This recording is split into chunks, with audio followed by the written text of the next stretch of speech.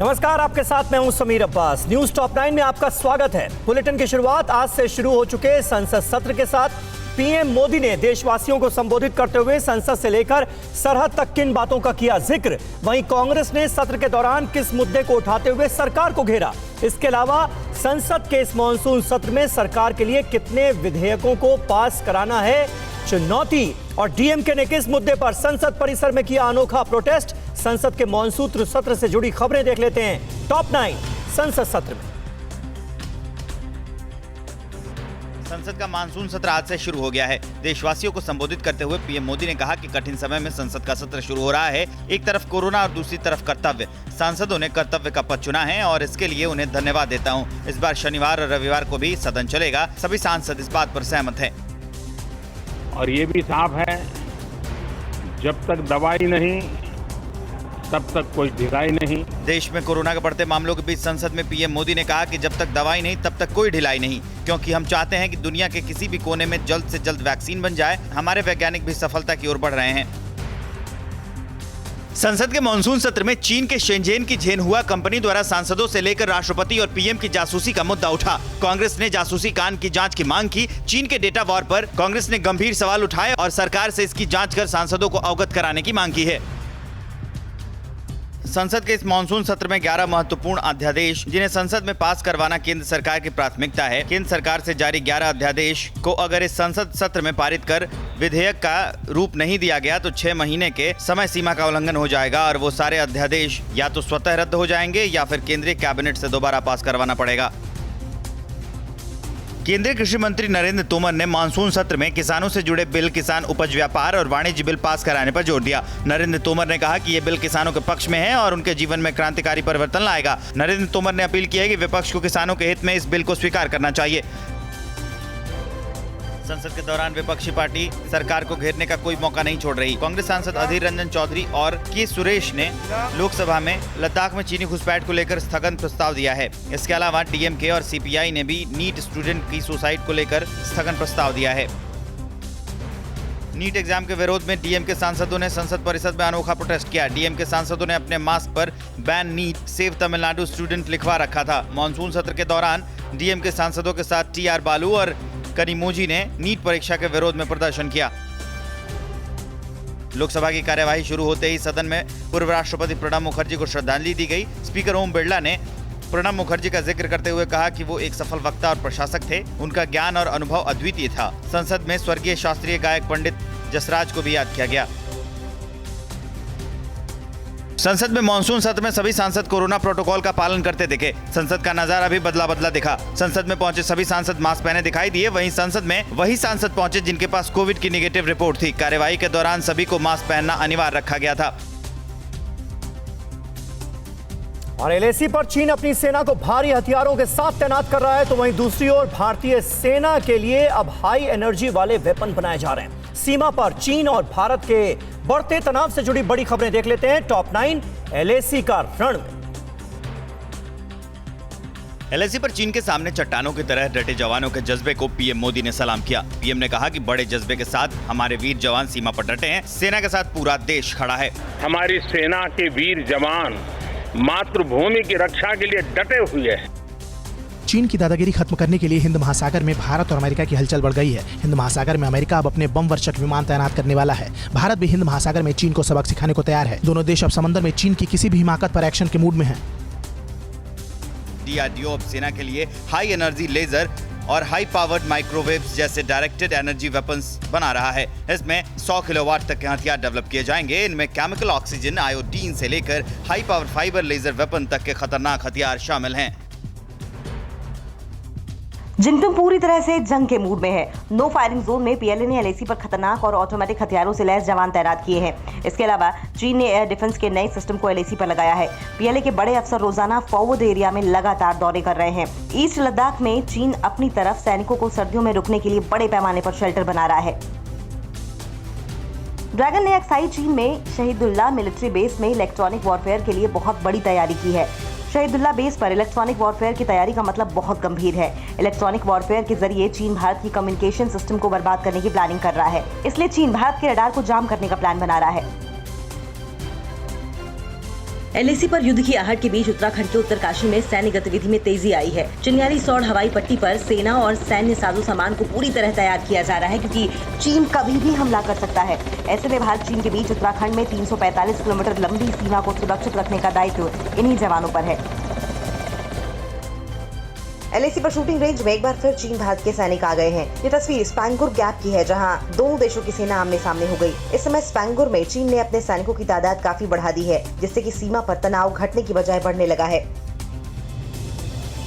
भारत से रिश्ते सुधारने को लेकर ग्लोबल टाइम्स ने कहा है कि सीमा पर उत्पन्न समस्या को पॉजिटिव वे के साथ दूर किया जा सकता है। भारत चीन संबंधों को धीरे धीरे मजबूत किया जाएगा। हालांकि दोनों देशों के लिए छोटी अवधि में संबंधों को बहाल करना मुश्किल होगा। ये बयान तब आया है जब पिछले दिनों दोनों देशों के विदेश मंत्री मॉस्को में मिल चुके हैं। 15 जून को गलवान में हुई झड़प में मारे गए चीनी सैनिकों के आंकड़े को लेकर अमेरिकी अखबार न्यूज वीक ने बड़ा खुलासा किया है। अखबार ने लिखा कि गलवान में चीन के 60 से ज्यादा सैनिक मारे गए। दुर्भाग्य से चीन के राष्ट्रपति जिनपिंग ही इस झड़प के सूत्रधार थे, लेकिन पीएलए इसमें फ्लॉप हो गई। यही वजह है कि गलवान के बाद से पीएलए में जिनपिंग के खिलाफ जबरदस्त गुस्सा है। और आखिर कौन करवा रहा है भारत के प्रधानमंत्री नरेंद्र मोदी समेत सभी सांसदों और मंत्रियों की जासूसी? क्या है जिनपिंग का एजेंडा? क्यों चीन नहीं चाहता युद्ध? और पाकिस्तान की साजिश को कैसे फेल करेगा भारत? चीन पाकिस्तान की चालबाजी से जुड़ी बड़ी खबरें अब देख लेते हैं टॉप 9 चीन पाक साजिश में। भारत के खिलाफ चीन की अब तक की सबसे बड़ी साजिश का खुलासा हुआ है। चीन की कम्युनिस्ट पार्टी से जुड़ी शेनजिन की एक कंपनी 10,000 से ज्यादा लोगों की जासूसी करा रहा है। इनमें राष्ट्रपति रामनाथ कोविंद, प्रधानमंत्री मोदी, कांग्रेस अध्यक्ष सोनिया गांधी समेत पश्चिम बंगाल, राजस्थान, पंजाब, महाराष्ट्र और उड़ीसा के मुख्यमंत्री शामिल हैं। इनके अलावा 2 दर्जन से ज्यादा मंत्री और 350 अधिक सांसदों की जासूसी कार्रवाई की जा रही है। चीन सरकार के अखबार ग्लोबल टाइम्स के एडिटर हु शिजिन ने एक बार फिर भारत को युद्ध की गीदड़ भभकी दी है। शिजिन ने कहा है कि चीनी लोग युद्ध नहीं चाहते, लेकिन चीन को एक ऐसा देश होना चाहिए जिसमें लड़ने की हिम्मत हो। हम ताकतवर हैं और बिना किसी डर के अपनी जमीन की रक्षा करने को तैयार हैं। युद्ध करने की वजह भी हमारे पास है, लेकिन एक दिन हम बिना लड़े युद्ध जीतेंगे। ये लाइव सैन्य अभ्यास का वीडियो हांगकांग में तैनात पीएलए सैनिकों की एक टुकड़ी का है, जिसमें पीएलए के जवान अलग अलग हथियारों से टारगेट पर निशाना लगाते नजर आ रहे हैं। इनमें कांधों पर रखकर चलने वाली तोप और बख्तरबंद गाड़ियों का इस्तेमाल है। ये वीडियो चीन के सरकारी अखबार ग्लोबल टाइम्स ने जारी किया है। भारत के खिलाफ चीन और पाकिस्तान की साजिश जारी है। भारत पर हमले के लिए इमरान खान चीन से ग्रीन सिग्नल का इंतजार कर रहा है। एलओसी के पास पाकिस्तान ने आर्टिलरी और अपनी टैंक रेजिमेंट तैनात कर दी है। अब केवल पाकिस्तान को चीन के ग्रीन सिग्नल का इंतजार है। पाकिस्तान के सिंध प्रांत के एक बड़े नेता ने चीन पर बड़ा खुलासा किया। चीन के बड़े नेता शफी बुरफत ने ट्वीट किया है कि चीन लगातार एलएसी पर भारत के साथ तनाव बढ़ा रहा है। पीएलए ने खूंखार अपराधियों और सजायाफ्ता कैदियों को एलएसी पर तैनात किया। इनको पीएलए की ड्रेस पहनाई गई ताकि आर्मी के जवान लगे। एलएसी पर युद्ध नियमों का उल्लंघन कर रहा है चीन। पाकिस्तान ने रविवार को वरिष्ठ भारतीय राजनयिक को तलब किया है और एलओसी पर कथित सीजफायर उल्लंघन की घटनाओं पर विरोध दर्ज कराया है। पाकिस्तानी विदेश मंत्रालय ने हॉट स्प्रिंग और रक्चरी सेक्टरों में भारतीय सैनिकों पर गोलीबारी और उकसावे की कार्रवाई का आरोप लगाया है। पाकिस्तान ने दावा किया है कि गोलीबारी में एक लड़की की मौत हुई है। कश्मीर में पाकिस्तान की आतंकी हरकत को खत्म करने के लिए इंडियन आर्मी ने नई रणनीति अपना ली है। सेना नई रणनीति के तहत आतंकवादियों या एनकाउंटर में मारे जाने वालों के दोस्तों और रिश्तेदारों का पता लगाकर उनसे मुलाकात कर रही है और उन्हें पाकिस्तान के उकसावे में बंदूक नहीं उठाने को लेकर समझा रही है ताकि वो गुमराह होने से बचे। भारत के खिलाफ साजिश रचने वाले पाकिस्तान में फ्रांस की एक महिला के साथ गैंगरेप की घटना के बाद दुनिया में छीछालेदर हो रही है। अब इस मामले में गैंगरेप के 2 आरोपियों में से एक आरोपी ने सरेंडर किया है, लेकिन एक आरोपी अभी भी फरार है। फ्रांस की महिला से गैंगरेप के बाद उसे न्याय दिलाने के लिए पाकिस्तान के कई शहरों में प्रदर्शन हो रहे हैं। चीन ने हांगकांग से गिरफ्तार 12 एक्टिविस्टों को साजिश के तहत अलगाववादी घोषित कर दिया है। चीन ने इन 12 एक्टिविस्टों पर हांगकांग को चीन से अलग करने की साजिश रचने का आरोप लगाया है। वहीं चीन की इस कार्रवाई के खिलाफ पूरी दुनिया में आवाजें उठने लगी हैं। अमेरिका ने कहा है कि चीन लोकतंत्र के समर्थकों को दबाने में जुटा है। और चीन के नए युद्धपोत से क्यों बढ़ी दुनिया की चिंता? भारत पर कूटनीतिक दबाव के लिए क्या है ड्रैगन का प्लान? और रूस की किस मिसाइल ने बढ़ाई अमेरिका की टेंशन? वैश्विक युद्ध की आशंका से जुड़ी 9 बड़ी खबरों पर अब एक नजर टॉप 9 वर्ल्ड वॉर 3 में। चीन की समाचार एजेंसी के मुताबिक जल्द ही चीन तीसरे विमान वाहक पोत परीक्षण करने वाला है। इस साल के अंत या अगले साल की शुरुआत में इस युद्धपोत को लॉन्च किया जा सकता है। सितंबर की शुरुआत में ली गई तस्वीरों के अनुसार युद्धपोत का निर्माण अंतिम चरण में है। इसे साउथ चाइना सी में महायुद्ध की आहट मानी जा रही है। अमेरिका और ताइवान से मिल रही धमकियों के बीच चीन के सैनिकों ने ऊंचाइयों से समंदर में उतरने का अभ्यास किया है। चीन के नेवल एविएशन विश्वविद्यालय ने इस अभ्यास का आयोजन किया, जिसमें समंदर में जीवन रक्षक प्रणाली के साथ ऊंचाइयों से समंदर में उतरते दिखे युद्ध के हालात में फ्रंटलाइन पर जवानों को उतारने में यह अभ्यास मदद करेगा। लद्दाख और साउथ चाइना सी के बाद चीन की पीपल्स लिबरेशन आर्मी अब भूटान के खिलाफ नया मोर्चा खोलने की तैयारी में है। जानकारों के मुताबिक चीन ने सीमा को लेकर 25वें दौरे की बातचीत से पहले चाल चल दी है। चीन ने बातचीत को अपने पक्ष में झुकाने के मकसद से भूटान पर दबाव बनाने के लिए पश्चिमी और मध्य भाग में बड़ी संख्या में सैनिकों को तैनात कर दिया है। यूरोपीय देशों को मनाने की चीन की कवायद फेल हो चुकी है। दरअसल कोरोना की वजह से पूरा यूरोप चीन से इस समय खफा है। कोई भी देश यूरोप को इस समय बख्शने के मूड में नहीं है। ऐसे में अमेरिका और भारत के साथ चीन को यूरोप से भी हमले की आशंका सताई जा रही है। उधर रूस की नई स्काईफॉल मिसाइल ने दुनिया में हड़कंप मचा रखा है। दरअसल ये मिसाइल सालों तक पृथ्वी के चारों ओर उड़ने और किसी भी क्षण परमाणु हमला करने में सक्षम है। ब्रिटेन के रक्षा खुफिया प्रमुख ने चेतावनी दी है कि परमाणु ऊर्जा से संचालित 9M730 ब्यूरोवेस्टिक मिसाइल की वैश्विक पहुंच है और यह अप्रत्याशित दिशाओं से हमला करने की अनुमति कर सकता है। अमेरिका के लिए ये मिसाइल एक बड़ा खतरा है। चीन ने जापान से संबंध सुधारने की बात कही है, लेकिन चीन की संप्रभुता और विवादित मुद्दे मसलन दियायु द्वीप, हांगकांग और ताइवान मसले पर किसी तरह की बात करने से इनकार किया है। माना जा रहा है कि जापान के नए प्रधानमंत्री भी आबे की डिप्लोमेसी को ही आगे बढ़ाएंगे। ऐसे में चीन से रिश्ते सुधारना इतना आसान नहीं है।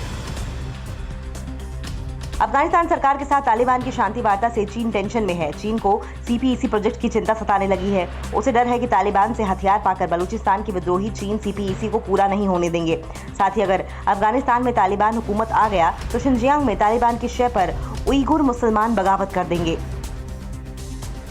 दुनिया में अलग थलग पड़ चुके चीन की निर्भरता भारत पर बढ़ती जा रही है। चालू वित्त वर्ष 2020-21 के अप्रैल-जुलाई में भारत के कुल निर्यात में 30% की गिरावट दर्ज की गई है, लेकिन भारत में चीन से होने वाले निर्यात में इस अवधि में पिछले साल के मुकाबले 30.7% की बढ़ोतरी रही है, जबकि इस साल चीन से होने वाले आयात में 29.2% की गिरावट रही। ब्रिटेन में मानव रहित रोबोटिक शिप तैयार किया गया है, जिसका इस्तेमाल समुद्र के रहस्यों को ढूंढ निकालने के लिए किया जाएगा। आर्टिफिशियल इंटेलिजेंस से लैस मानव रहित शिप ऐसे इलाके में जा सकता है जहां आमतौर पर दूसरे शिप नहीं पहुंच सकते। इस शिप को मैफ्लावर नाम दिया गया है, जिसका इस्तेमाल सैन्य कार्यों के लिए भी हो सकता है। और इस बीच देश में कोरोना का मीटर हाई है। कोरोना आंकड़ों को लेकर राहुल गांधी ने एक बार फिर केंद्र सरकार को घेरा है। जम्मू कश्मीर में नापाक साजिश को नाकाम कर दिया गया है। दिल्ली दंगे का मेरठ कनेक्शन क्या है? देश की सभी बड़ी खबरों को देखते हैं अब न्यूज टॉप 9 राष्ट्र में। देश में कोरोना संक्रमण के मामले तेजी से बढ़ते जा रहे हैं। पिछले 24 घंटे में 92,071 नए मामले सामने आए हैं, जबकि 24 घंटे में 1,136 लोगों की मौत हो चुकी है। इस तरह अब कुल संख्या 79,722 मौतें हो चुकी हैं। कोरोना संक्रमित मरीजों का आंकड़ा 48 लाख के पार पहुंच गया है। इनमें 9,86,598 एक्टिव केस हैं। देश में कोरोना के बढ़ते मामलों पर कांग्रेस नेता राहुल गांधी ने केंद्र सरकार पर निशाना साधा है। राहुल गांधी ने ट्वीट करके कहा है कि इस हफ्ते 50 लाख और एक्टिव केस 10 लाख पार हो जाएंगे। अनियोजित लॉकडाउन एक व्यक्ति के अहंकार की देन है, जिससे कोरोना देश भर में फैल गया। जम्मू कश्मीर में सुरक्षा बलों ने आतंकी साजिश को नाकाम कर दिया है। श्रीनगर बारामूला हाईवे से आईईडी बरामद की गई है। पलहलन पट्टन के पास ये आईईडी बरामद हुई। बाद में सुरक्षा बल के जवानों ने आईईडी को निष्क्रिय कर दिया।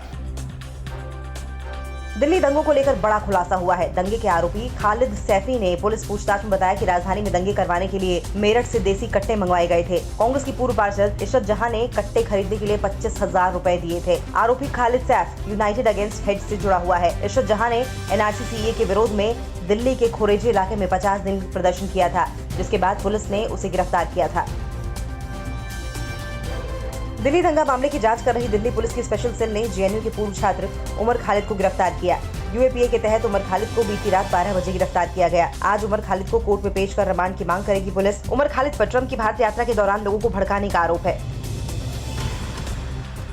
21 सितंबर से खुलने जा रहे स्किल ट्रेनिंग इंस्टीट्यूट और उच्च शिक्षा संस्थानों के लिए स्वास्थ्य मंत्रालय ने गाइडलाइंस जारी कर दी हैं। इंस्टीट्यूट में एंट्री पॉइंट पर ही सभी की स्क्रीनिंग होगी। कोरोना के लक्षण वाले स्टूडेंट्स को एंट्री नहीं दी जाएगी। कक्षा में छात्रों की बैठक व्यवस्था बनाते समय 6 फीट की दूरी रखी जाए। छात्रों को आपस में लैपटॉप, नोटबुक, स्टेशनरी शेयर करने की इजाजत नहीं होगी। मुंबई के क्वारंटीन सेंटर में लड़की से रेप का सनसनीखेज मामला सामने आया है। भायंदर में नगर पालिका के क्वारंटीन सेंटर में अपने रिश्तेदार की देखभाल के लिए ठहरी लड़की के साथ क्वारंटीन सेंटर में काम करने वाले कर्मचारी पर ही रेप का आरोप लगा है। पुलिस ने पीड़िता की शिकायत पर आरोपी विक्रम शेरे को गिरफ्तार कर लिया। उत्तर प्रदेश के रायबरेली में एक डॉक्टर धीरज चंदेल पर गुंडई का आरोप लगा है। आरोप है कि डॉक्टर के यहाँ इलाज के दौरान एक बच्चे की मौत हो गई, जिसके बाद परिजनों ने हंगामा कर दिया। इस पर डॉक्टर ने परिजनों को डांट डपट कर और जेल में डालने की धमकी देकर वहां से भगाया। इतना ही नहीं, बिना पैसे लिए बच्चे का शव देने से भी इनकार कर दिया। दिल्ली से सटे नोएडा में पुलिस ने एक ऐसे शख्स को गिरफ्तार किया है जो OLX पर मोबाइल बेचने वालों को घर बुलाता था, फिर उसे नशीला कोल्ड ड्रिंक पिलाकर उसे लूट लेता था। आरोपी के पास से एक स्विफ्ट कार, 5 मोबाइल फोन और नशीली दवाएं बरामद की गई हैं। न्यूज़ टॉप 9 रोज सुबह 7 बजे और शाम 7 बजे सिर्फ TV9 भारतवर्ष पर।